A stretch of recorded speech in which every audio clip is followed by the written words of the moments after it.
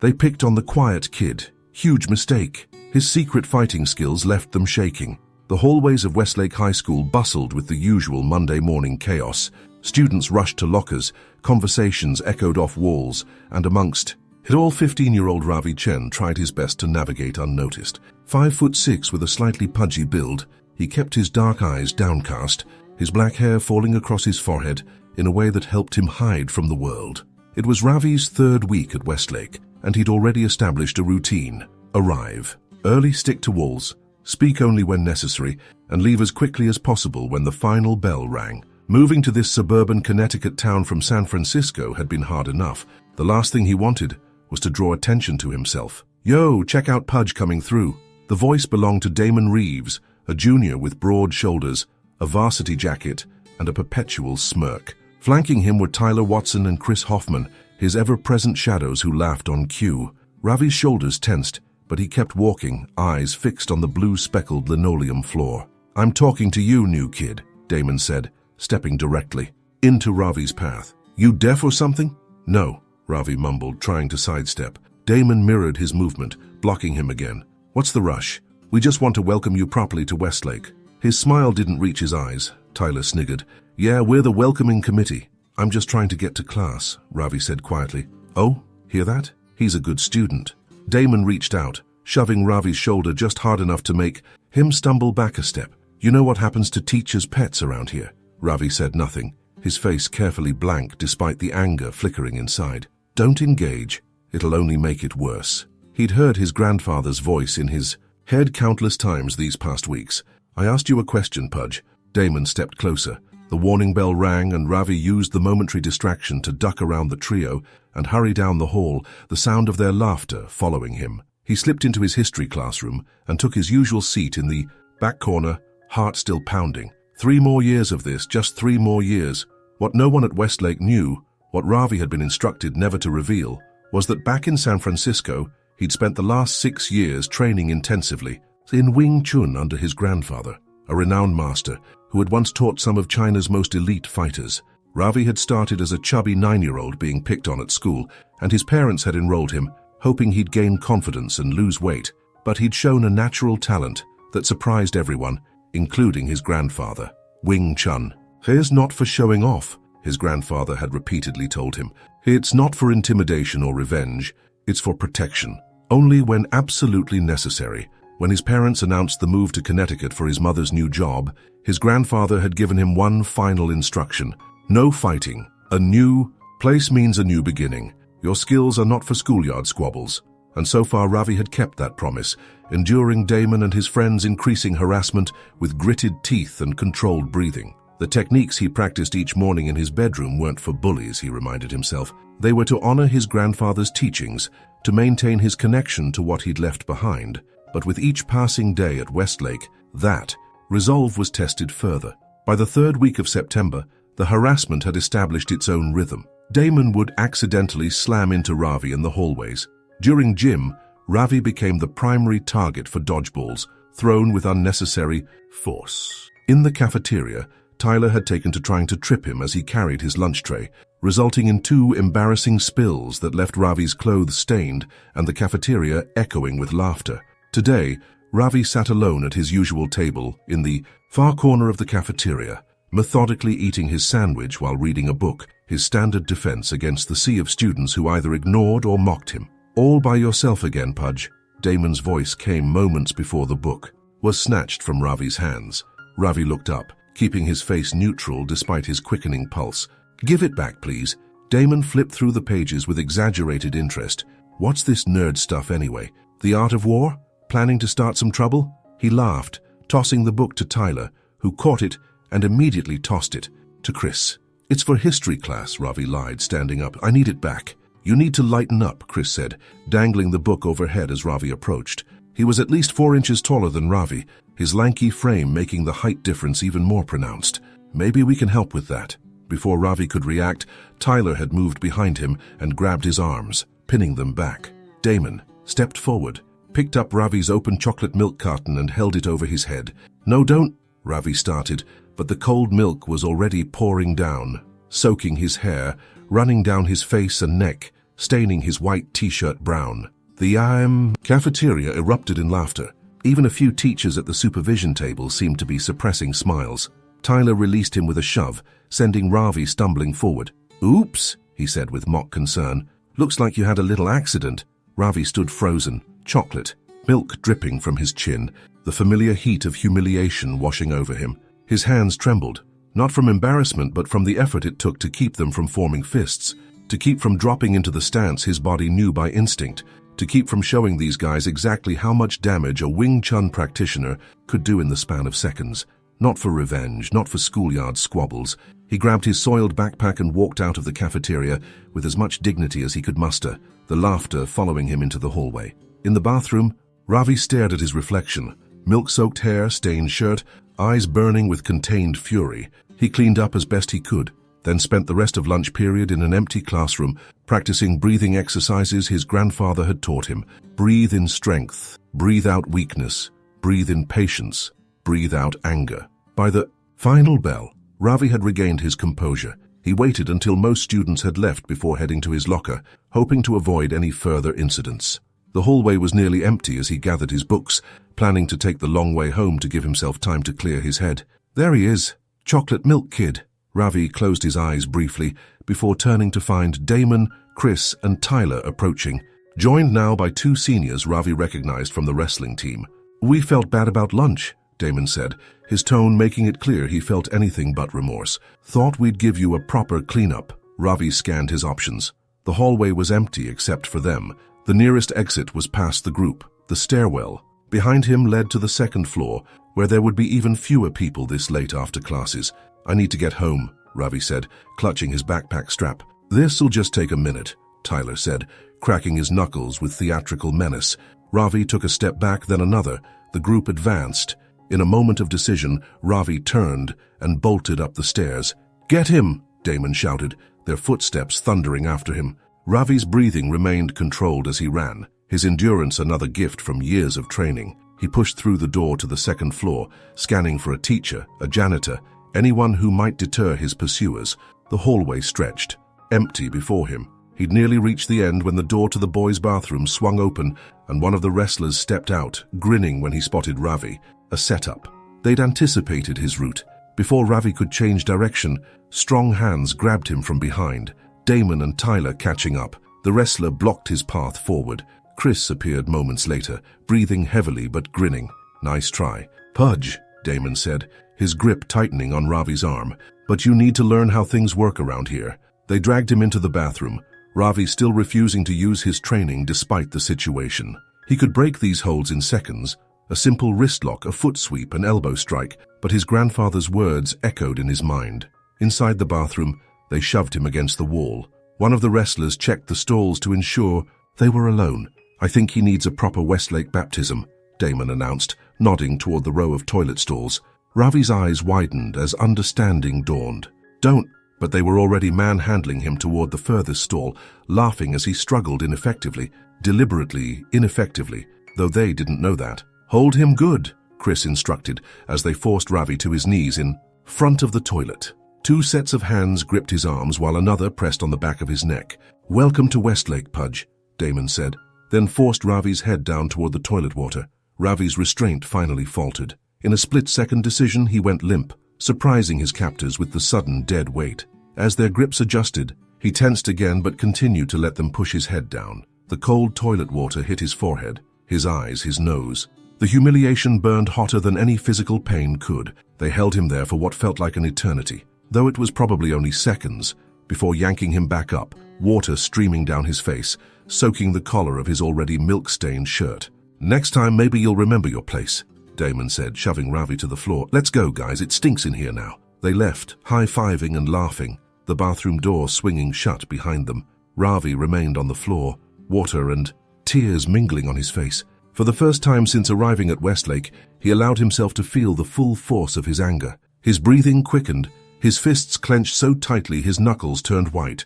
Wing Chun is not for revenge, but as he pulled himself up and stared at his pathetic reflection, wet hair plastered to his forehead, eyes red, clothes ruined, something inside Ravi shifted. His grandfather had taught him to protect himself when necessary, and perhaps it was time to redefine necessary. He wasn't going to become a bully. He wasn't going to seek them out for revenge, but he was done being a victim. Enough, he whispered to his reflection, his voice steadier than he expected. Enough. Ravi spent the weekend in intense preparation. In his bedroom, with the door locked, he returned to his training regimen with renewed focus. Speed drills, precision exercises, the wooden dummy techniques his grandfather had taught him. His body remembered everything, moving with fluid grace that had once earned rare praise from his notoriously critical grandfather. By Monday morning, Ravi had made his decision. He wouldn't seek conflict, but he would no longer avoid it either. He would stand his ground. The day passed with surprising quietness. Damon and his friends were unusually absent from Ravi's path, though he caught glimpses of them in the hallways, exchanging looks and smirks whenever they spotted him. They were planning something. Ravi could feel it. The storm broke after final period. As Ravi approached his locker, he found Damon leaning against it, alone for once. "There's our favorite freshman," Damon said, straightening up. "Feeling cleaner after your special treatment?" Ravi stopped a few feet away. "Move, please." "Or what?"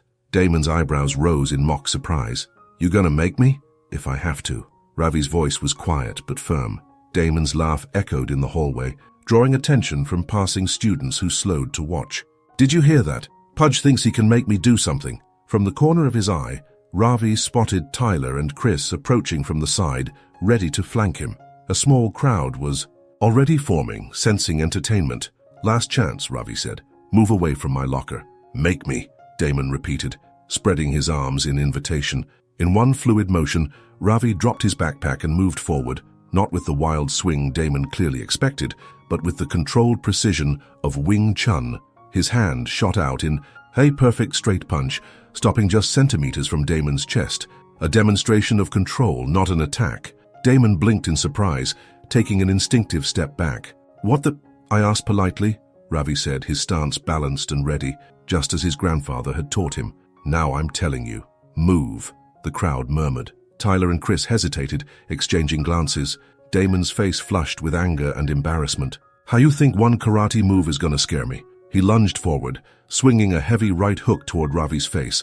6 years of training took over. Ravi's forearm came up in a perfect deflection, redirecting Damon's energy away, while his other hand delivered a light but precise palm strike to Damon's shoulder, sending him staggering backward into the lockers with a loud clang. Gasps rose from the crowd.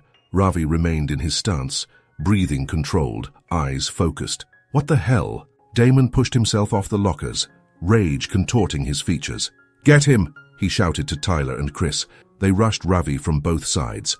With the calm precision that had made his grandfather finally nod in approval during their last training session, Ravi moved like water. He sidestepped Tyler's grab, used the momentum to guide him into Chris, and with 2 quick strikes, one to each boy's solar plexus, left them both gasping for air. The hallway fell silent, except for the sound of Tyler and Chris trying to catch their breath. Ravi stood unmoving, his stance perfect, his breathing unhurried. Damon looked from his friends to Ravi, disbelief clear on his face. "Who the hell are you?" "I'm the kid you decided to bully," Ravi said simply. "The kid you and your friends dragged into a bathroom and dunked in a toilet. I'm the kid who's done being your punching bag." He took a deliberate step forward, and Damon flinched visibly. "I don't want trouble," Ravi continued, his voice steady. "I never did, but I'm done taking yours." The crowd had grown larger, students whispering and pointing. Someone in the back started a slow clap that quickly spread. Ravi ignored it, keeping his eyes on Damon. "This isn't over," Damon muttered, but the threat sounded hollow as he helped Tyler to his feet. "It can be," Ravi replied. "Right now. You leave me alone, I leave you alone. Simple." Before Damon could respond, a sharp voice cut through the crowd. "What's going on here?" Students parted to reveal Mr. Harrington, the vice principal, his face stern as he surveyed the scene. "Nothing, sir," Damon said quickly. "Just talking, mister." Harrington's eyes narrowed as he took in Damon's defensive posture, Tyler and Chris's still recovering breathing, and Ravi's calm stance. "In my office, all 4 of you, now." In the vice principal's office, the truth came out in pieces, not just about today's confrontation, but about the weeks of harassment culminating in the bathroom incident. A review of security footage confirmed parts of Ravi's account, and 2 students from the crowd volunteered statements about what they'd witnessed in the cafeteria. "Self-defense doesn't excuse fighting on school grounds," Mr. Harrington said finally, looking at Ravi. "But bullying is taken very seriously at Westlake." He turned to Damon, Tyler, and Chris. 2 weeks suspension, plus mandatory counseling. Sessions upon your return. Damon started to protest but fell silent under Mr. Harrington's glare. "As for you, Mr. Chen," the vice principal continued, "1 day of in-school suspension for fighting, regardless of the provocation, and I'll be calling your parents." Ravi nodded, accepting the consequence without argument. "I understand, sir." As they left the office, Damon gave Ravi a wide berth, the fear in his eyes unmistakable. Tyler and Chris followed his lead, their earlier cockiness utterly vanished. Word spread quickly. By the next morning, everyone at Westlake knew about the quiet new kid who had taken down 3 of the school's notorious bullies. The hallway chatter followed Ravi throughout his day of in-school suspension, even reaching him in the isolated classroom where he was serving his punishment. His parents had been surprisingly understanding after their initial shock. His father had listened to his explanation, then asked one question: "Did you strike first?" "No," Ravi had answered truthfully. "I defended myself." His father had nodded, then called his grandfather in San Francisco. To Ravi's surprise, after a long conversation in rapid Mandarin, his grandfather had asked to speak with him. "You remember what I taught you?" his grandfather said, his accented English firm but not angry. "Wing Chun is for protection." "I know, grandfather, I didn't start the fight, but did you finish it with minimum force?" Ravi thought about the controlled strikes, the deliberate restraint he'd shown. "Yes, I could have hurt them badly. I didn't."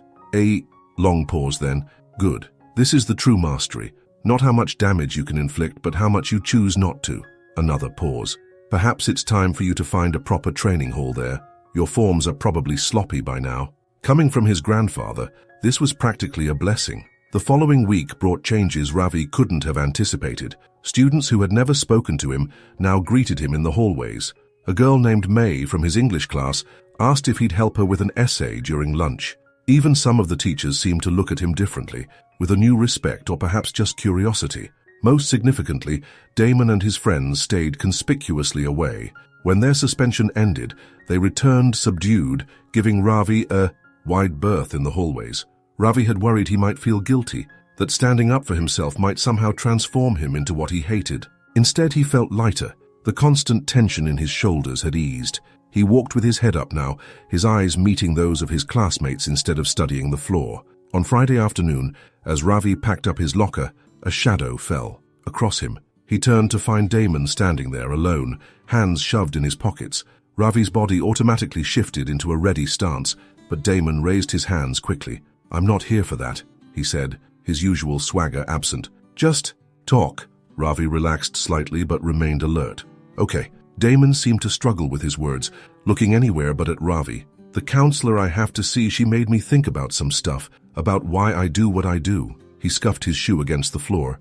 "It's not an excuse, but my dad, he's kind of like I was with you." Ravi said nothing, letting the silence stretch. "Anyway," Damon continued awkwardly, "what I'm trying to say is, I was wrong. About you. About a lot of things." The words seemed physically painful for him to speak. "Had I to you know, sorry," Ravi supplied. Damon nodded once, sharp and quick. "Yeah, that." He finally met Ravi's eyes. "We're not going to be friends or anything, but I'll leave you alone, and so will Tyler and Chris." "That's all I ever wanted," Ravi said honestly. Damon nodded again, then turned to go. He paused after a few steps. "That stuff you did, the fighting, where'd you learn it?" "My grandfather. It's called Wing Chun. It's badass," Damon admitted, then walked away. Ravi watched him go, a complex mix of emotions settling in his chest. Not triumph or revenge satisfaction, but something quieter and more profound.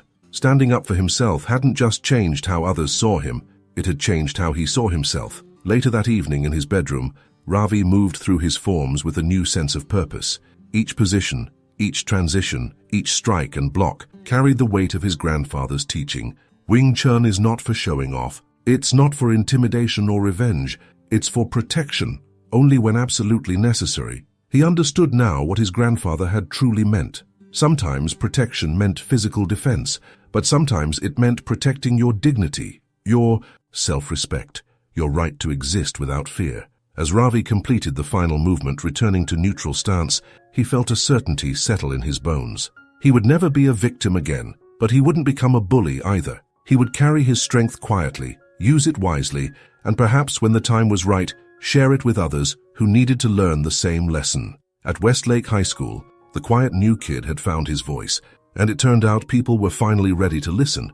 Well, now I want to know, what's your opinion about this story? Leave a comment, we'd love to hear from you, and tell us which city you watched this video from. And it's not over yet. There's another powerful story playing on your screen right now. Click on it. I'm waiting for you.